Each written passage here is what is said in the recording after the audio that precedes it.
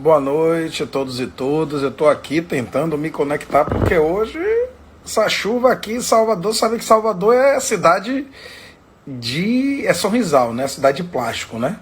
Quando chove parece que o mundo está acabando e nada acontece como deveria quando chove em Salvador. Então eu estou aqui na luta tentando me conectar em meio à chuva de Salvador. Temos aqui a presença do Dr. Luiz Paulo Bastos, nosso Rickson Bala, o Pedrão Alcântara já entrou também, a Rita Lobo, nossa querida Rita, tudo bom, Rita? Também está aqui conosco. A Aline Sena está aqui com a gente. A chuva tá jogando, botando pocando, como diz aqui, né? Chico Figueiredo, quero saber, doutor Chico, querido professor de geografia, quando você vai dar a honra de fazer uma live conosco? Ontem nós fizemos aqui com o Lucas Rocha, foi uma maravilha. Tô querendo saber que dia você vem fazer isso. Doutora Daniela Chagas, tem que cantar para nós, não canta, não nos dá ousadia também, é outra, tô aqui só olhando você, né? Anne Sena entrou, a nossa convidada de hoje já tá aqui. Eu vou, fica aí rindo, Chico, é muito engraçado. Eu também tô morrendo de rir aqui, não tá vendo minha cara de engraçado? Rindo. Pois é, tô rindo pra você, Chico. Eu vou chamar a Anne, pra gente começar, né? Doutor Ailton Ferreira, meu irmão mais velho, a sua bênção, como é que você tá? Ave Maria, hoje a responsabilidade aumentou, viu? Olha aí, Chico, quem chegou aí, Ademar, ó, viu? Ademar chegou, Chico. E Ademar, quando chega, eu sei que você fica aí se tremendo todo. Convidar também a Ailton para fazer uma live com a gente, viu? Vê o dia aí que a Ailton pode nos dar a honra também de fazer. Aí, ó. Chico já tá chamando a Ademar de sonífera. Anne! Tudo bem? Boa noite, Marcos. Tudo bom, amigo? O seu celular, você tá de lado, viu? Peraí. Melhor assim? Agora! Anne, nós temos aqui o hábito, quando a gente faz a nossa live, a gente começa falando um pouco, né? Opa, a imagem ficou escura. Será que é a sua mão que está na frente? Voltou. Nós temos o hábito aqui de falar um pouco sobre 3, 4 minutos sobre uns dados do dia, né, com relação ao coronavírus. Então eu vou começar falando um pouco sobre isso, depois te apresento para a turma, né?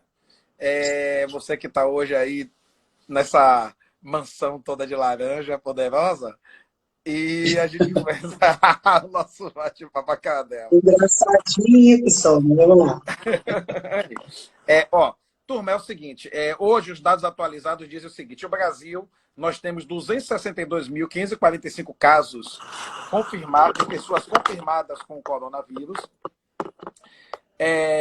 o que teve um aumento de 13.140 pessoas confirmadas de ontem para hoje.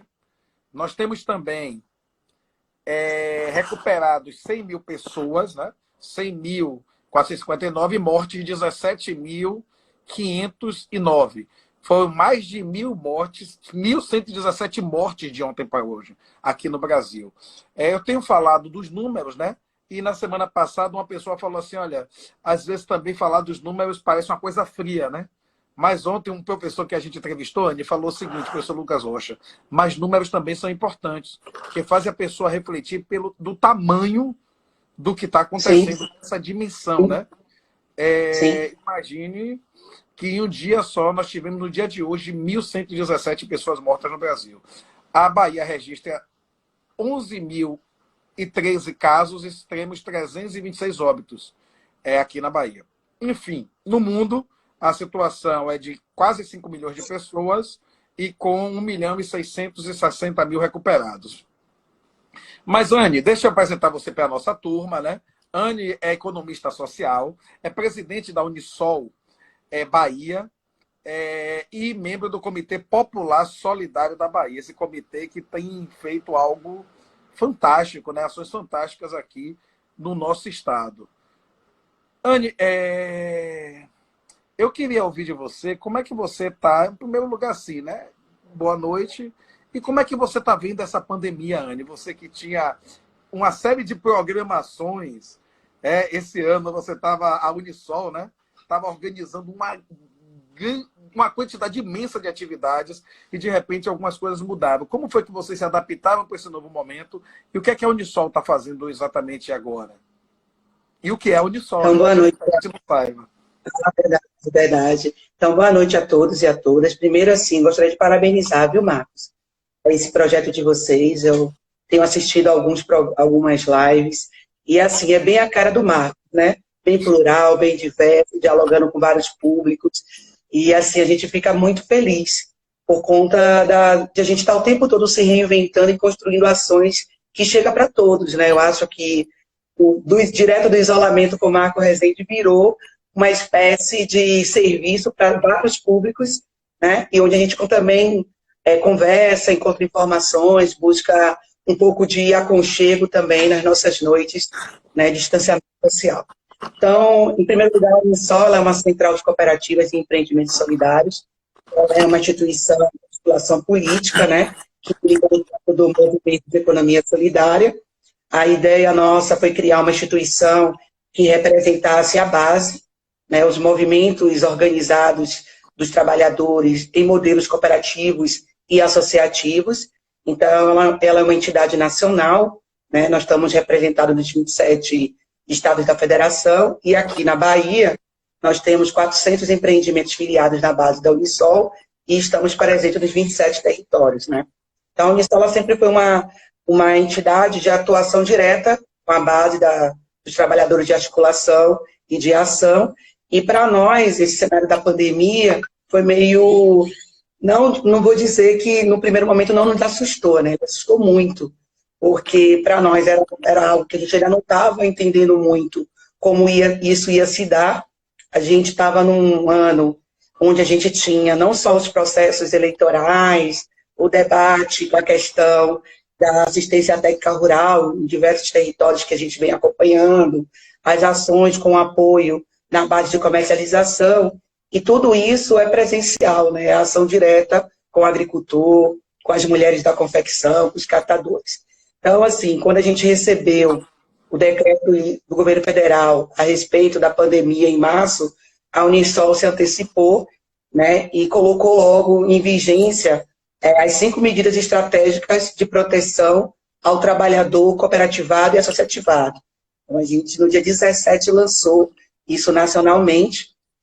Das 5 medidas que nós lançamos, 4 já foram atendidas, né, que previam a questão da renda básica, o debate sobre a questão das redes de proteção social, o debate da comercialização através também do PA e do PENAI, a articulação com a ação via comunidades quilombolas, né?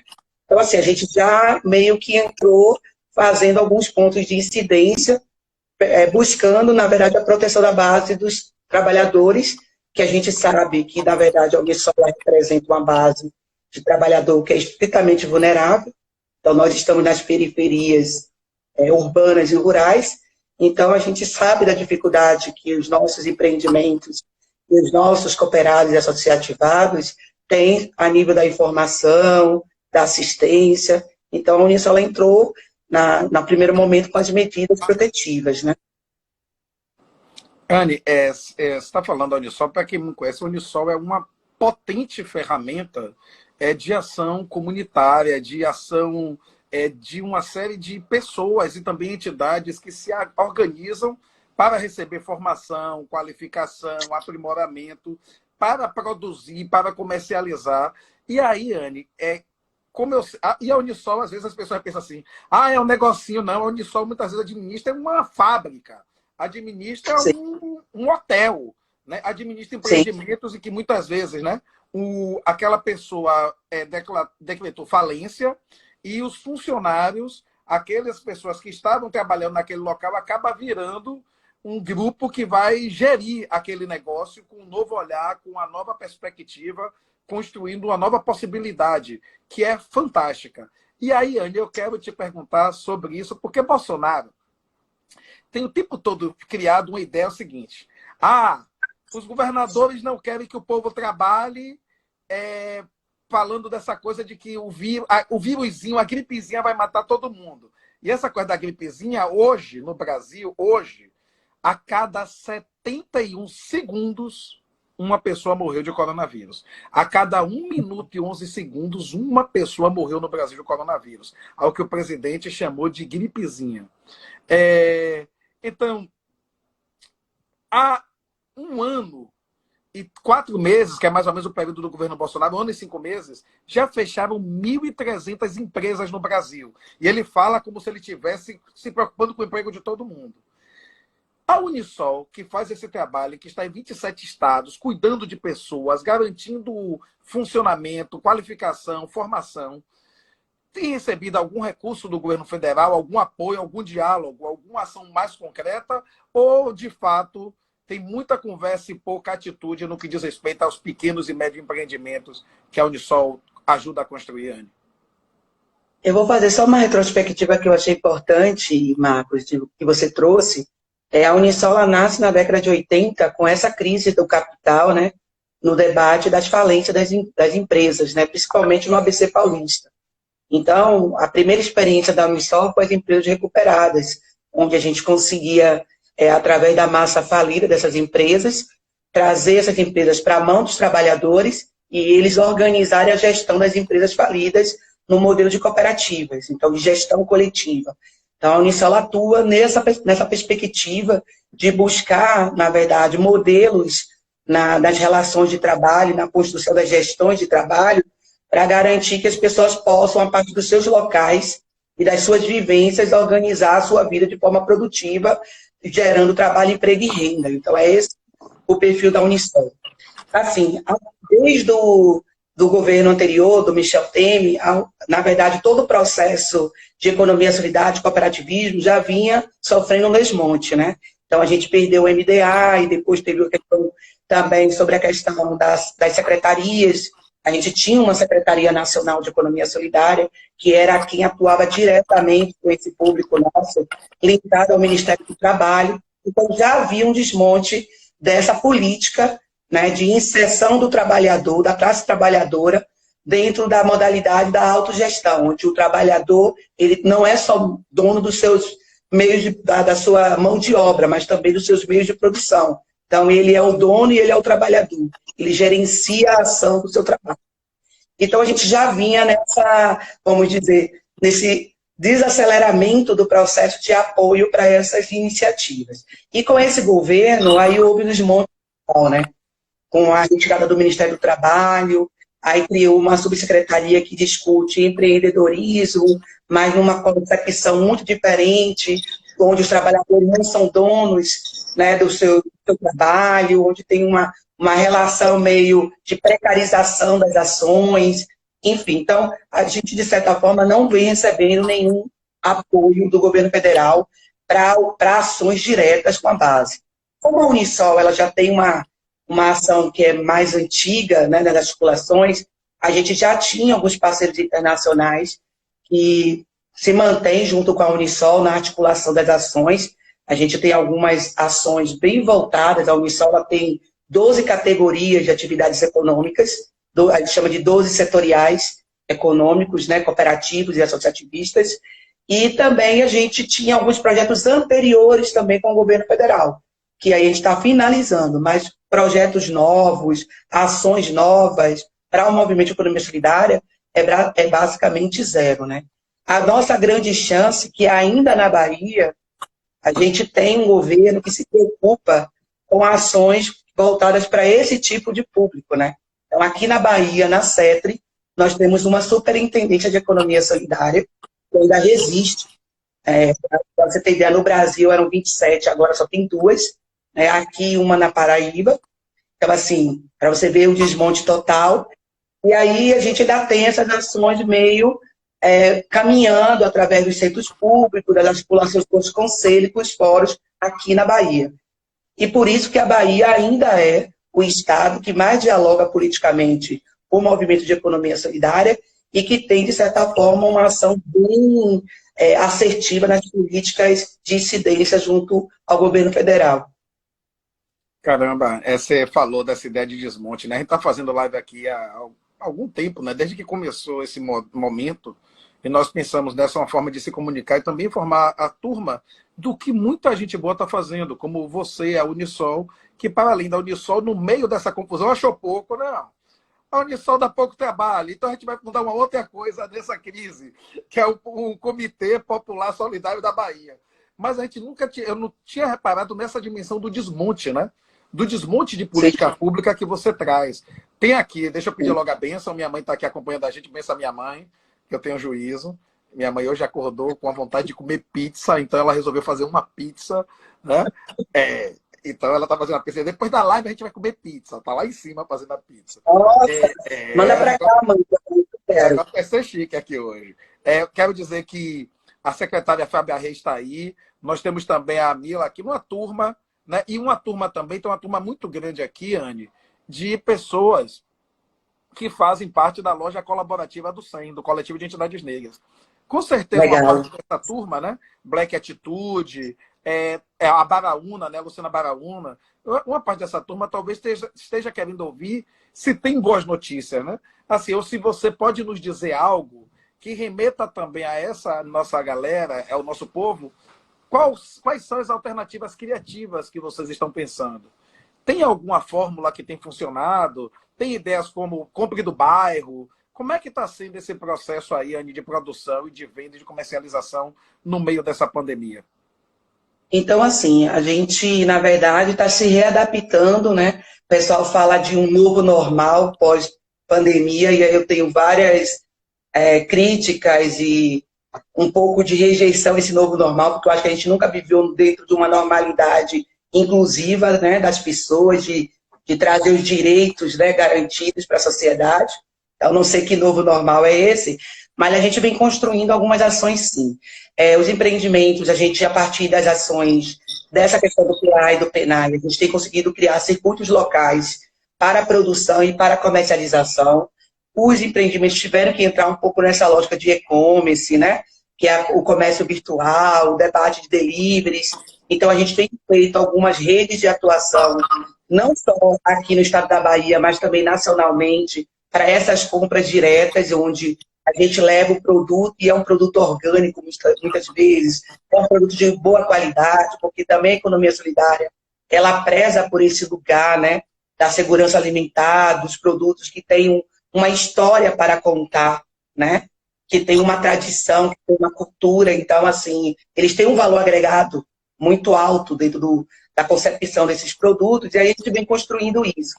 Para você ter ideia, junto ao comitê, a gente conseguiu alguns editais via SDR, tem editais na CAR, as 2 milhões de máscaras que foram feitas inicialmente junto com a CESAB, foram feitas por empreendimentos de economia solidária.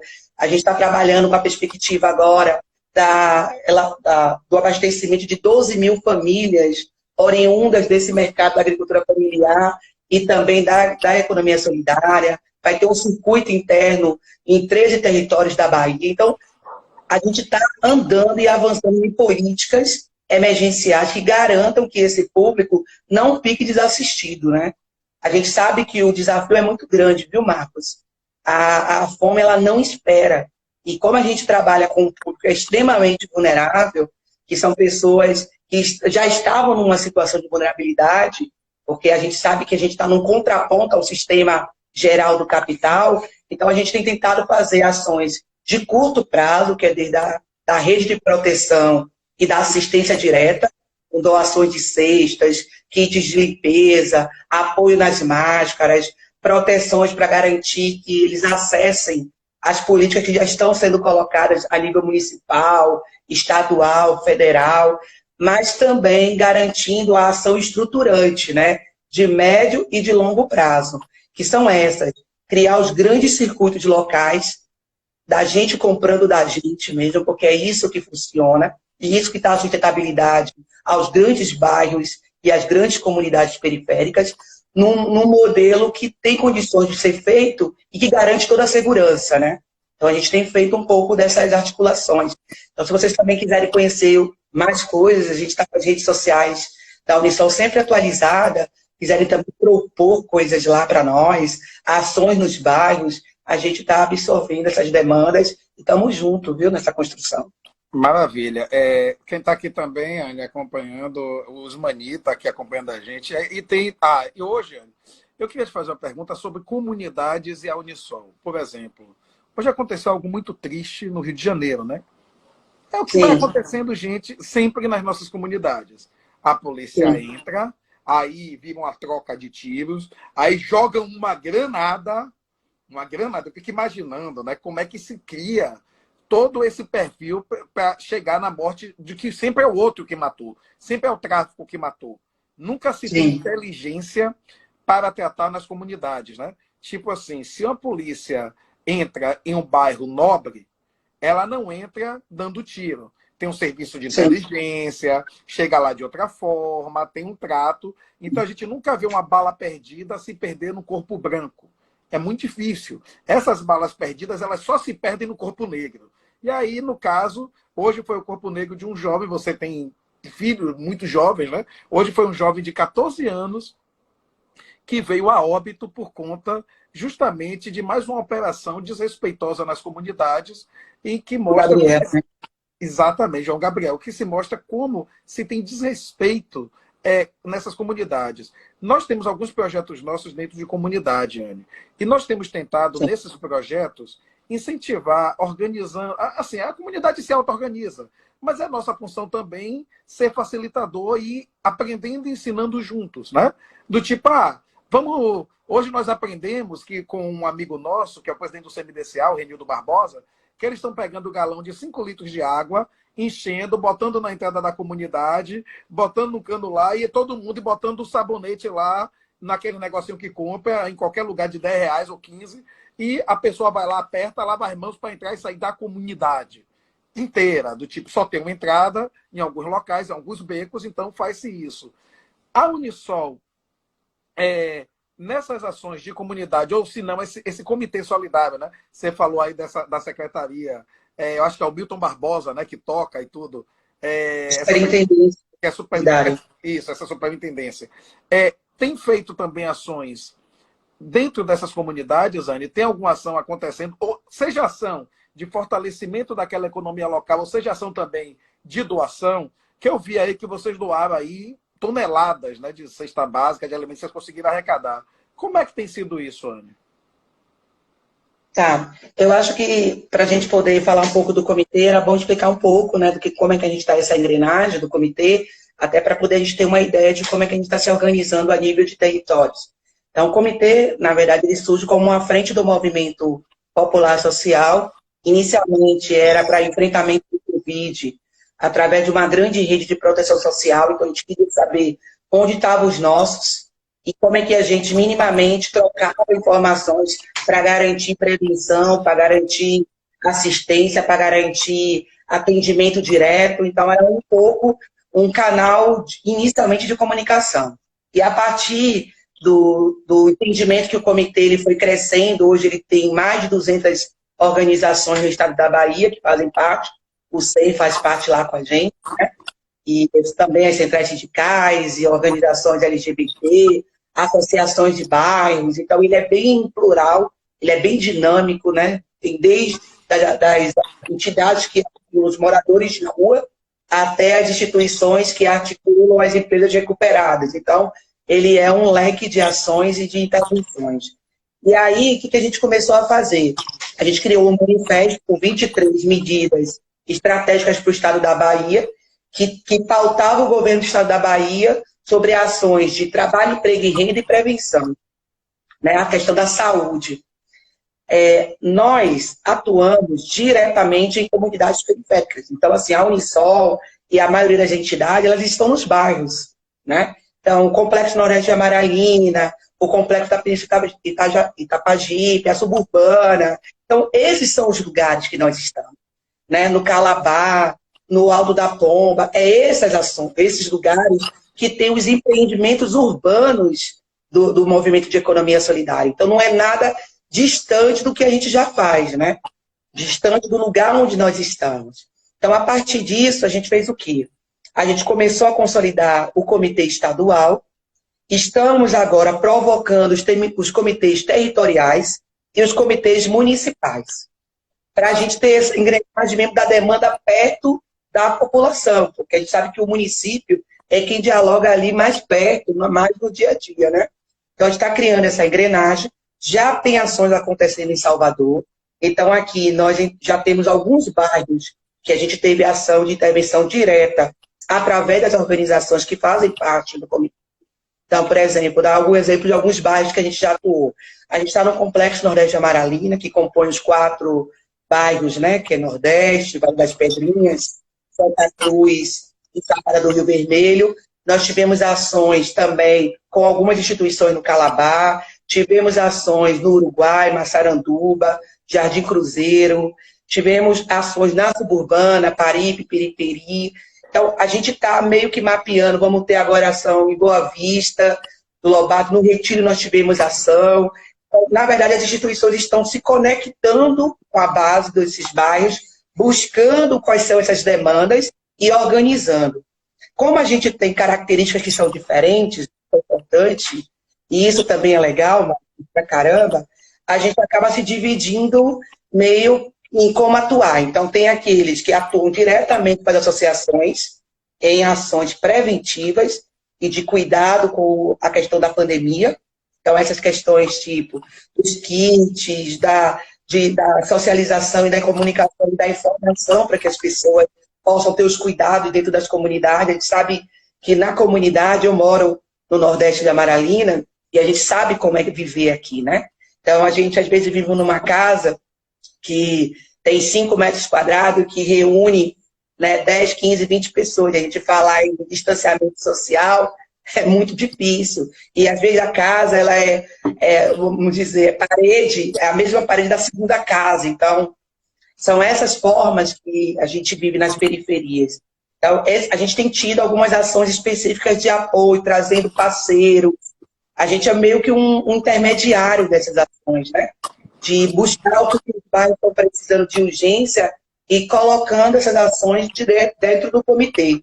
E o comitê é o espaço dessas pessoas. Não é o espaço da ANE, não é o espaço da Unisol, não é o espaço da SET, é o espaço das comunidades. Então, as comunidades também têm a ação direta dentro do comitê de pautar, de demandar e de dizer o que o comitê precisa fazer, né?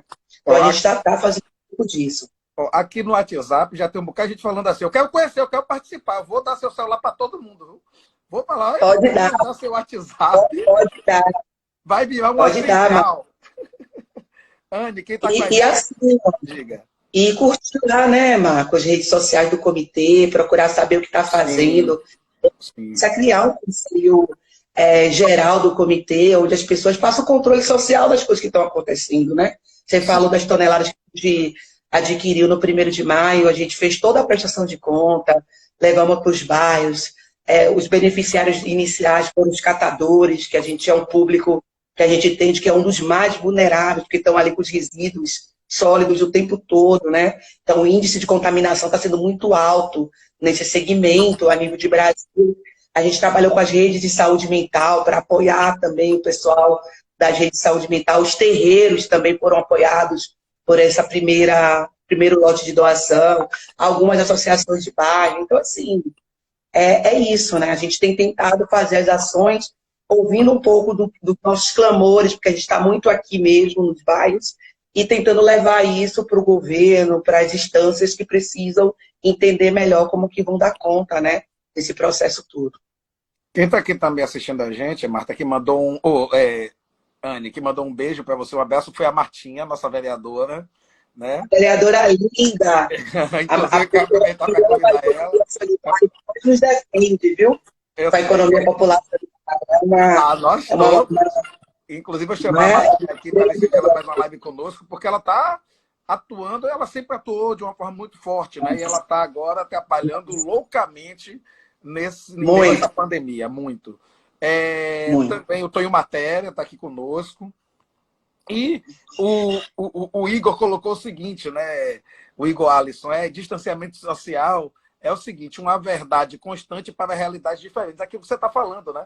Às vezes tem 10 pessoas morando numa casa de 15 metros. Como é que vai fazer esse distanciamento? E alguém tem que sair para trabalhar, porque tem que garantir a comida. Então, são muitas questões. E hoje eu estava ouvindo o secretário de Saúde do Estado da Bahia fazendo uma fala muito boa, o Fábio Vilas Boas, muito boa, sobre o trabalho, né? Assim, a Bahia está sendo um dos estados de exemplo com relação ao tratamento ao Covid. E ele falou um negócio que é uma preocupação do governador Rui com relação aos profissionais de saúde, mas ele falou muito dos médicos, do tipo, caso o médico venha a óbito, é o que ninguém deseja, mas porque está trabalhando nessa zona aí do coronavírus, ou nesses hospitais que estão tratando dessa questão, ou que ele acabe largando ou deixando outros plantões, porque corre risco, né, de levar ou de infectar outras áreas. Então, o governo do estado da Bahia está tratando também de garantir a segurança das famílias, né? Do tipo, um salário por algum tempo, pelo resto da vida, enfim, caso essa pessoa venha a óbito. E eu queria, mas ele precisou sair para uma reunião com o Rui, o papo correria, e eu não consegui perguntar para ele, Anne, se eles também estão pensando disso com relação aos enfermeiros, auxiliares de enfermagem, a esses trabalhadores que você falou aí, da limpeza, o pessoal da lavanderia, de lá dos hospitais públicos, né? Porque a gente sabe também que tem uma questão de classe aí, né? Boa parte desses outros setores acabam sendo da periferia, acabam sendo negros ou mulheres negras, pessoas que têm uma situação mais dura e que muitas vezes, além da carga horária do hospital, quando acaba ali, ainda vai pegar o ônibus, muitas vezes. Ainda vai enfrentar um buzo lotado e ainda aquelas pessoas no buzo, eu não sei se você acompanhou, mas ontem um cobrador passou mal no ônibus. Começou a passar mal, sentir falta de ar, e em menos de 4 horas ele estava morto. Ele não estava sentindo nada, não sentiu nenhum sintoma, passou mal aqui em Salvador. Então, é uma doença que também carrega essas características, né? Do susto, né? Você está ótimo, de repente aparece um negócio e tal. Anne, a gente está falando aqui, algumas pessoas estão escrevendo assim, a economia solidária, a Ecosol, é o que o mundo precisa de mudança para transformar a sociedade. Né? Se a gente conseguir transformar isso na potência que ela carrega, né? Uma potência mesmo, uma potência na sua tese, uma potência no seu conceito, uma potência nas ações dentro das comunidades, uma potência de elaboração coletiva, de transformação, a gente mudaria o mundo. A vida real é que o mundo hoje está em crise e o pau está comendo entre China e Estados Unidos, inclusive dentro da OMS. E tem muitos debates muito fortes. A China, inclusive, está falando de multilateralismo, ou seja, é como se reativasse a Guerra Fria. Quem é que vai ficar do lado da China e quem vai ficar do lado dos Estados Unidos. Quem vai pensar na saúde e vacina de graça e para todo mundo, como a China tem falado, e quem vai ficar na perspectiva militar e vacina paga, como os Estados Unidos têm defendido. Então, tem uma crise acontecendo. Você acha que depois dessa pandemia, que eu não acredito que vai ser um depois tão breve, né? E aí você já fez uma fala, já começou assim, como o pessoal diz, né? Já entrou de sola, né? Com o pé para cima, dizendo assim, esse negócio do mundo normal, o que é normal, meu filho? O normal aqui já era normal. Era tudo normal, já era tudo errado. O normal já não era o normal. O normal já não era o certo. Então, você acredita, Anne, que existe alguma possibilidade, tanto no cenário nacional como internacional, de ter uma mudança de olhares com relação a essas produções econômicas? Eu fico aqui dizendo que a gente tem que pensar no modelo de sociedade onde as pessoas possam produzir e comprar dos bairros ou das suas comunidades ou daquelas comunidades mais próximas, mas, ao mesmo tempo, ter acesso ao conhecimento do mundo todo. É um tipo de diálogos mistos, né? E você acha que Salvador consegue ter uma característica como essa? O estado da Bahia consegue ter essa característica? Porque aqui a gente tem uma cidade muito de serviço, Anne. E se fala pouco de produção, fala muito de turismo. E agora os aviões não vão chegar, os turistas não vão vir. Essa realidade mudou. A Unisol tem pensado em como poderia ser esse novo momento? Qual é a sua ideia sobre isso? Certo. O pessoal fala muito, hoje a gente fala muito em solidariedade, né, Marco?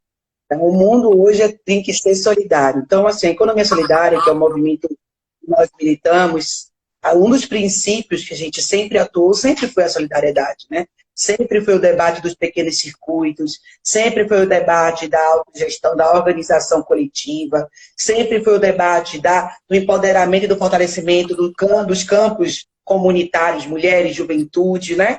Então, era sempre um modelo de desenvolvimento econômico que a gente já discutia e que a gente já pautava contraditório ao sistema do capital, né? Que aí é o que a gente vive hoje. Então, eu acho que o capital já vinha em crise, né? A gente percebe a crise do capital. E com a pandemia isso ficou claro. A Bahia, por incrível que pareça, Marco, é referência nisso. A gente que está na zona urbana, a gente ainda não consegue perceber muito essa dinâmica por um motivo muito simples, né? Há uma urgência dos trabalhadores na zona urbana pela comida, né? Pela subsistência. Então, assim, na zona rural, por conta do trabalhador rural, ele ter os seus meios de produção que garantem um mínimo da sua subsistência, ele tem toda uma organização coletiva que garante que ele possa dar dinâmicas a circuitos como esse. Já na zona urbana, não, a gente precisa precisa ter dinheiro para comprar comida. Então, a lógica ela é mais urgente, ela é mais perversa, então a gente acaba não tendo grandes êxitos em empreendimentos urbanos. Porém, nós temos vários exemplos aqui no estado de Bahia e em Salvador, também na região metropolitana de Salvador, de iniciativas, de contextos de mini-circuitos que estão funcionando. A gente chama isso de economia popular solidária, porque, às vezes, as pessoas têm a concepção para que trabalhar em economia solidária, você precisa ser um grupo associativo, então você precisa ser uma cooperativa. Então, a gente passa da concepção de que não é só isso. Você pode ter uma produção individual e uma comercialização coletiva, ou então você pode ter uma produção coletiva e uma comercialização individual, ou você pode usar meios de produção de forma coletiva, produzir individual e comercializar individual. Essas todas dinâmicas de organização de gestão, que em alguma parte do segmento seja coletiva, está dentro da economia popular solidária. E nos bairros nós vemos muito, assim, eu estava conversando hoje com a equipe da Unisol, o pessoal às vezes não se vê economia popular solidária, mas faz economia popular solidária. Nos bairros isso é presente.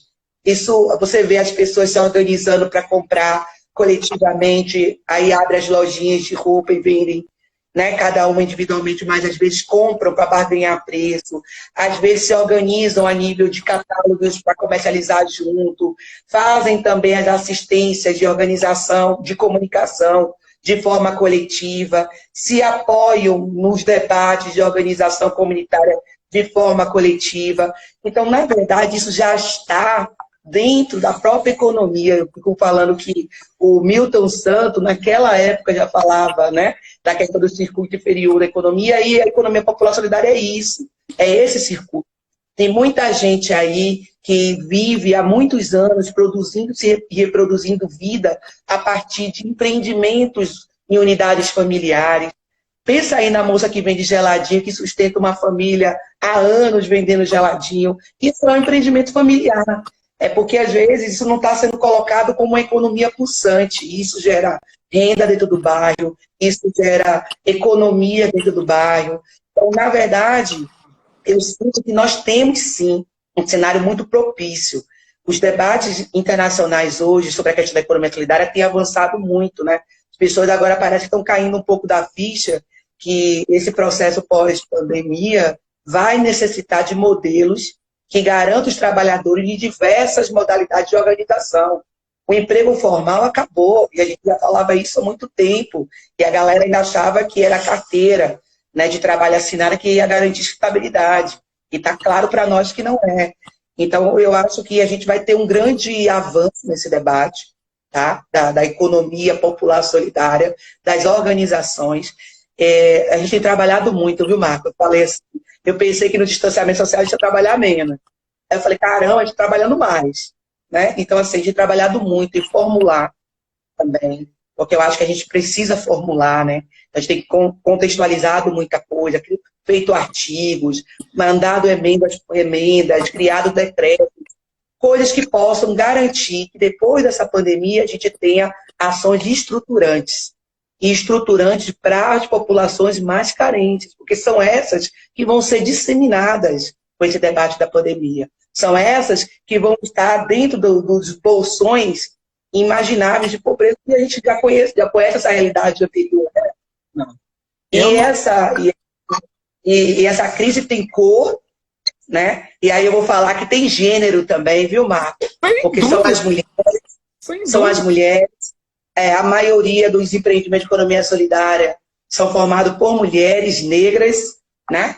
Nas zonas periféricas, seja do campo, seja na zona urbana. E aí é esse o retrato que a gente já tem como diagnóstico, né? De mulheres negras que estão sempre à margem do sistema, que são os índices de desemprego em Salvador e nas grandes capitais, e por conta das triplas jornadas, dos cuidados com os filhos, de todo esse debate da divisão sexual do trabalho, não consegue garantir, né, a sua inserção no mercado de trabalho. E aí a economia solidária é esse lugar, é essa frente de organização a partir desse local. Então eu acredito muito que a gente vai avançar muito. Você foi falando aí, eu fui vendo as mulheres aqui, sabe? Da minha infância, tipo assim, a mulher que vem geladinho. Aí eu comecei a pensar, olha, eu morava no Marbaque. Tem um bocadinho de Marbaque aí. Antes tinha mulher que vendia bafa-banca, que eu sei que não é do seu tempo, que você é uma garota de 22 anos, mas aquela curva de gelo que levantava assim, ó. Aí, a bafa-banca era a Dona Antônia, vendia bafa-banca para criar. E Gordinho, que é o neto dela, tá até aqui vendo a gente, que tocou no Lodum. Pedrão já levantou a mão aqui, como quem diz, oh, eu conheço. Aí depois tinha o geladinho de Dona Maria, que é a mãe de Mardison, que vendia o geladinho, que a gente, rapaz, é uma briga por causa do geladinho. E aí a gente vai chegando e vai vindo, né? E é geladinho, é a bafa-banca, é manicure, é o pessoal que faz o abará, o pizzará, o acarajé de... São 1000 fórmulas e boa parte dessas fórmulas são as mulheres. E meu tio, ele era gerente da Caixa Econômica lá do Rio Vermelho, perto ali da Dinha. E ele falava assim, muito em off, a maior conta que tem lá na minha agência é da Dinha. Ou seja, do acarajé da Dinha. Ela que tem a principal conta, é a principal correntista. Então, imagine o império que essa mulher construiu com ação empreendedora 40, 50 anos atrás. Uma potência, né? Então, quando você vai linkando aí, na minha cabeça, são raros os casos de homem. Aqui dentro dessa live tem até os dois, assim, que tem o pessoal da Alfanista, que faz boné, que eu acho que é muito positivo. Tem também o pessoal do Black Attitude, que é Wanda, faz um trabalho potente e poderoso, mas no geral são as mulheres mesmo que têm uma régua e compasso muito grande com relação a isso, e não só isso, mas também a sustentar um conjunto de pessoas. Quando eu pensei em Laíde do Feijão, o que é a Laíde do Feijão? É dar solução para 15 pessoas da família, vendendo a linha de feijão há 30 anos. Começou ali na porta do elevador Lacerda, aí vai para ali, vai para lá, consegue um espaçozinho, um ponto, bota o sobrinho, a filha, a tia, a neta, e eu falava lá, como é que é isso aqui? Marcos, não se meta não, vai comendo aqui e vai me ajudando a gente dar conta das coisas todas. Uma já está na faculdade, a outra já se formou, e é fantástico. É Dona Lu, que tem um negócio, a esposa de Albina Apolinária, a esposa da companheira, uma super mulher, tem um negócio na feira, tem um bar. E você, por exemplo, que eu não sei como consegue arranjar tempo, tem filhos para cuidar, tem a Unisol, Comitê Solidário, Fórum Social Mundial, não sei o que. Meu Deus, como é que cabe tudo isso? E o pior não é isso, não.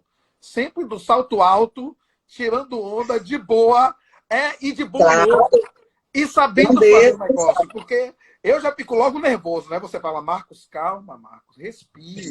Aqui estão seus amigos, respire. E consegue também ainda dar com todo esse poder. Pai Erivaldo da Paraíba fez assim, Paraíba falou aqui, essa mulher é empoderada, viu? E é isso mesmo. E além de tudo isso, mantém um sorrisão, pede para respirar e constrói uma transformação. Então eu quero aproveitar esse momento, inclusive, para te parabenizar. O Júlio, Anne, que é o nosso, inclusive, convidado de amanhã, que é do Museu Distrito de Salvador, do Musas, ele está aqui perguntando o seguinte, e quando a criatividade coletiva não é para gerar renda ou economia? Essa minha dúvida sempre existiu, porque tem coisas no bairro que são feitas desde sempre e não são empreendedorismo, né? Ou seja, é tipo, o bairro faz as coisas, mas não tem esse nome, né? Então, Dona Maria, quando ela é lavadeira, ela não tem na cabeça assim a economia criativa, a empreendedorismo. Eu tive um debate aqui outro dia com uma pessoa também fantástica, uma filósofa, fazendo doutorado agora, que foi a Catiúcia, que ela falava muito do mulherismo. Tá? Eu falava assim, olha, Catiúcia, na comunidade, se eu falar mulherismo, o pessoal vai falar, o que é que você está falando aí, que eu não entendo nada. às vezes também, quando a gente usa alguns termos, você acha que esses termos, que eu acho que é a pergunta de Júlio, afasta ou aproxima as pessoas? As pessoas às vezes olham e falam assim, esse negócio é muito bonito, mas esse povo aí eu não consigo entender nada, vou sair desse negócio. Como é que é essa ação, ou essa aproximação, ou esse entendimento? Eu concordo com o Júlio, né? Às vezes a gente cria nome para tudo, nomenclaturas, aquilo que era para nós a própria organização comunitária do bairro, daqui a pouco vira a questão do empreendedorismo, daqui a pouco é economia solidária, daqui a pouco é economia social, é economia popular, e aí as pessoas estão se perguntando, eu não sou nada disso, porque eu não entendo nada disso, e eu estou aqui reproduzindo e dando manutenção na minha vida, nas unidades familiares. Mas eu também acho que é importante, entendeu, Marco, no sentido da gente ressignificar o debate que a gente está construindo. Porque, para além da nomenclatura, tem toda uma dimensão de princípios, valores e conceitos por dentro das economias que reafirmam o debate político. Porque nós somos atores políticos, né? O que nós estamos querendo construir na base da articulação com esses movimentos e com essas pessoas nas comunidades é o protagonismo delas, né? De que elas saibam o que são os seus direitos, de que elas saibam aonde buscar suas ações, para que isso tenha uma intervenção clara dentro dos governos, onde a gente tem esse tipo de economia, para que a gente tenha crédito, para que essas pessoas possam organizar, sim, as suas ações, porque a gente brinca muito, mas eu falo sempre, carteira ativa é carteira de pobre, porque a gente paga, né? Então, a gente é adimplente, a gente paga. Então, assim, a ideia da nomenclatura é meio para garantir a sustentação política da intervenção, né? E aí a gente vem fazendo um pouco dessa meio que desmistificando os conceitos, né? Eu acho que isso que é importante. É dizer, olha, onde você está e o que você faz parte disso também, dessa construção mais ampla. E nem sempre isso é apenas para gerar renda, para gerar trabalho, mas também para gerar organização comunitária, que tem o seu valor enquanto modelo de desenvolvimento local. Não é só geração de trabalho, emprego e renda, mas é como o organismo, o micro-organismo dentro desses bairros podem construir instrumentos e ações de incidência direta ali, é para resolver a questão do abastecimento, é para garantir a escola, é para garantir os postos de atendimento. Então, também o trabalho que nós fazemos é nessa organização comunitária, nessa perspectiva de desenvolvimento local, porque isso, muitas vezes, garante a sustentabilidade da ação muito mais do que meramente você buscar a renda. Porque a renda ela é consequência do debate. Né? A partir do momento que você consegue se organizar comunitariamente, politicamente, através de uma estratégia de desenvolvimento local, a renda ela vai vir. Ela vai vir como subsídio de toda essa construção de debate. Né? Então, o conceito eu acho que afasta, mas ele precisa ser assimilado como uma agenda política dos movimentos. Né? E aí a Unisol está lançando, a gente começou ontem um cronograma de lives, Marcos, também, né? Que a gente tem que se aprimorar também, né? Enquanto movimento social, a gente tem que lives também. E aí a gente vai ter um monte de lives e bem interessantes no debate mais próximo, com formação, com questões práticas, com ações de orientação, com ações de terapia, com capacitação. Então, a gente vai fazer um monte de atividades da Unisol para os movimentos, para os segmentos, para essa aproximação. E assim, eu queria convidar, viu, Marcos, a todo mundo que está assistindo a live, que conheça um pouco mais sobre o trabalho. O SEM é um grande parceiro nosso, a gente sempre vem discutindo com o coletivo de entidades, né, no debate dessa coisa, de a gente, porque esse movimento tem cor, e ele precisa ser ressignificado também nesse debate, né? Então, racial, da questão do lugar onde nós estamos, enquanto gênero, mas também enquanto raça, e aí esses movimentos às vezes não se vê nesse lugar. Então o movimento de economia solidária é uma porta disso. Para vocês terem ideia, o senador Jacques Wagner ele está com muitas ações do movimento de economia solidária, né? A gente fez uma audiência pública, e aí nessa audiência pública ele pautou o Senado trazendo a economia solidária antes da pandemia, certo? Como modelo de desenvolvimento econômico para o país. Ele, antes da pandemia, já vinha com esse debate que a economia solidária era um modelo de desenvolvimento econômico para o país. Então, a gente demonstra, a partir, inclusive, do que está acontecendo nessa pandemia, que é isso mesmo. Se a gente ainda consegue que essas engrenagens estejam acontecendo, que os bairros estejam conseguindo se conectar, é por conta das economias populares. Porque se não fosse isso, a gente já estaria numa crise de abastecimento, claro, em alguns lugares, entendeu? Eu acho que isso pode ser o motim do debate aí, da amplitude dessas ações. Anne, nós já estamos aqui. É assim, quando a entrevistada ou a pessoa que está aqui falando é boa, o tempo passa rápido, né? Então, nós já estamos aqui no final da nossa live. A Fábia Reis está aqui, a secretária Fábia Reis, falando que você tem uma excelente concepção, né? O William Senna está aqui dizendo: Anne, mulher linda de alma e coração. O William é o seguinte: eu sempre falo aqui que quando elogia o entrevistado, tem que me elogiar também, porque senão fica um ciúme. Isso, Marco. Aqui é desse jeito, é ciumento. O França, o Valmir França dos Negões, que é legal estar aqui com a gente também. Eu vi o França, eu vi o Tom Matéria, eu queria falar, eu tinha esquecido.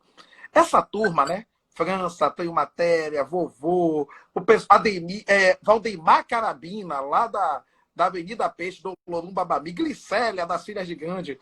Foi uma turma também que na década de 70 estava construindo essa perspectiva de economia no bairro, solidário através do Bloco África, através do ensaio. No ensaio tinha quem vendia o espetinho, quem vendia cerveja, depois quem fazia a fantasia do bloco, comprava o tecido para se fazer, quem costurava. A Silvia Rita, que está aí com a gente. Então, a Silvia Rita não é da década de 70, não. Para daqui a pouco ela não falar: o quê? Está me chamando desse igual a França, que é o idoso?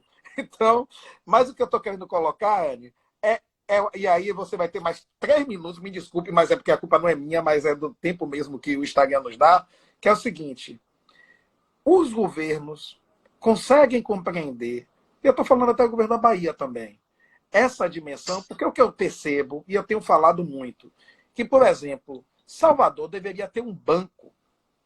O governo do estado tem o Desembahia, o governo federal tem o BNDES. Mas geralmente aquelas pessoas das comunidades, o manicure, o cara que faz cabelo, o cara que faz roupa e vende na comunidade, eles não conseguem chegar nesse local. Parece que tem uma barreira. Sim. Tem uma barreira do racismo estrutural, que a pessoa fala: não vai resolver mesmo, vou ter que me resolver por aqui. E no município eu não vejo nada com relação a essa característica de falar assim: não, eu posso chegar ali, conseguir 5 mil reais, 10 mil a fundo perdido, ou 8, conseguir meu negócio, me estruturar. E tem muito da ideia do Sebrae, que às vezes também é legal, mas não tem um alcance, por exemplo, como a Unisol, não tem essa linguagem. Assim, eu falando comigo mesmo. Quando você fala, eu falo assim: essa menina aqui, essa mulher aqui, sou eu, é a mesma coisa, é a minha crença. Estou falando com igual, com os meus. Então, assim, tem tido impulso real, ou você acha que isso acaba sendo muito incipiente porque a gente acaba tendo no governo esse olhar do tipo assim: quero empregar 30 mil pessoas, então eu vou abrir a Ford. Eu quero empregar 50 mil pessoas, então eu quero trazer aqui a fábrica de 50 mil pessoas. E acaba não entendendo que de empreendimento como a Unisol, assim, que engloba 400 instituições, por exemplo, isso representa também milhares de pessoas. Ou você acha que isso está mudando quando o senador Jacques Wagner tem esse olhar, ou você acha que ainda está mudando, mas pode ser melhor? Isso faz considerações finais. É isso. Eu acho que a concepção de desenvolvimento econômico não é só no caso da Bahia, mas no caso do país, ela é muito na questão industrial, né? Então, até as próprias centrais também tinham esse debate, né? Que a crise da questão do emprego era você criar mais indústrias para garantir a empregabilidade das pessoas, né? Isso vem mudando, viu, Marcos? Isso vem mudando desde os governos aí do PT, com a criação desses debates do movimento de economia solidária, muita coisa vem acontecendo. Hoje nós temos um debate de finanças solidárias, nós temos bancos comunitários que lançam crédito para esses pequenos empreendimentos, né? O que eu sinto é falta ainda um pouco da visibilidade para esse tipo de ação, né? A gente não fala muito sobre isso. Você fala: eu não vejo isso. Aí eu fico me perguntando, por que a gente ainda não está conseguindo falar mais sobre isso? Porque nós temos casos reais, né? De lugares onde a gente tem a questão do crédito. Para você ter ideia, uma das medidas que tem lá no comitê é sobre crédito para essa população, né? Para as pessoas, porque elas vão precisar, inclusive, para manter os seus negócios funcionando. diante do abaixando a questão da demanda, enfim. Então, eles vão ter problemas. Então, a ideia é não perder os postos. Então, como é que a gente garante isso também para as pessoas que têm empreendimentos comunitários? Então, assim, eu acho que vem mudando. De certa forma, a gente está conquistando esses espaços, se reafirmando enquanto política de desenvolvimento econômico. Eu acho que o Estado da Bahia tem tentado fazer essas incidências, as secretarias, porque há uma transversalidade. Eu falei da SECRE, mas a gente tem Tem um a minuto. própria, todas as secretarias com essa transversalidade. E aí, manda um beijo para todo mundo, Marco. Acho que o debate foi muito legal, te agradeço muito. Você sabe que fala muito. Então é isso. Mas existe sim, nós vamos avançar sim, viu? E assim, se cuide. Obrigado pelo trabalho lindo que você está fazendo, viu? Poxa, eu que agradeço a oportunidade. Anny, eu quero te agradecer. Nós aqui sempre terminamos a live com um conto, né? A tradição do candomblé. Quem também está nos assistindo é o Biraci Muniz, que é comandante lá, o Major Muniz, lá de Simões Filho. Nós temos Ademar Cirne, porque Ademar é professor de História. E aí Chico é professor de Geografia. Chico chegou no começo da live e já ficou curtindo com a cara de Ademar. São dois grandes professores que fazem as escolas ficarem grandes por causa da presença deles. E aí, Ademar está aqui falando, olha a aula aqui de História. A Bafabanca tem esse nome porque na crise do milagre econômico brasileiro, tinha gente que botava a banca porque comprou geladeira.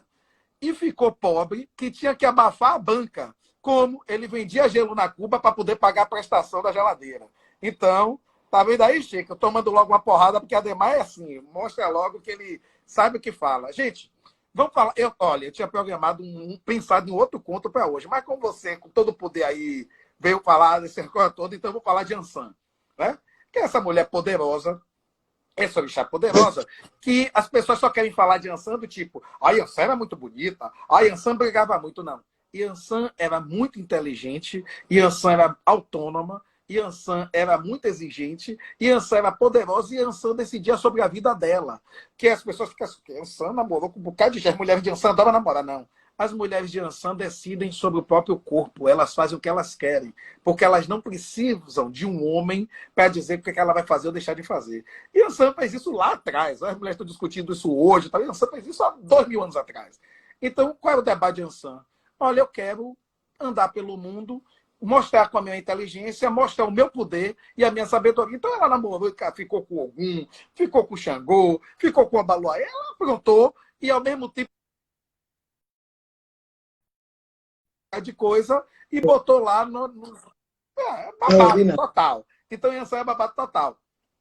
Isso também fez com que algumas pessoas, e mulheres, e homens também ficassem, tipo, querendo competir, né? Porque tem essa coisa assim, quando tem uma pessoa muito poderosa, ou um homem ou uma mulher não aceita, ainda mais quando é uma mulher, né? O machismo grita, e como é isso? Essa mulher vai ficar ser dona do pedaço todo? Eu não vou topar assim.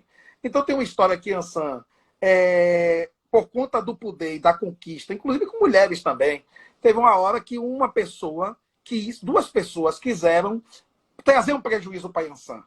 Falar, Yansan está se achando, né? Ela vai ver o que eu vou fazer. E aprontaram um feitiço para tentar pegar Yansan. Aqueles feitiços pode ser um fuxico, um disse-me-disse e tal. E colocou numa caixa e falou para um dono de ovelhas, né, de carneiros, uma pessoa falou, você vai entregar para Yansan, sabe? E o cara foi ali cheio de carneiro, tal, no meio, e botou aquela caixa ali no meio como se fosse um presente. E Yansan tinha o feeling, Yansan está ligada no negócio, fala assim, esse negócio não é mole. Parece uma pessoa que eu estou olhando aqui para a cara dela quando faz. Lá vem essa conversa, eu estou bem olhando. Então, quando a pessoa estava chegando com essa caixa, Yansan fez com que o vento subisse, chegasse com muita força, e a caixa se abriu. E ela viu que naquela caixa não era um presente, na verdade era algo para trazer prejuízo a ela.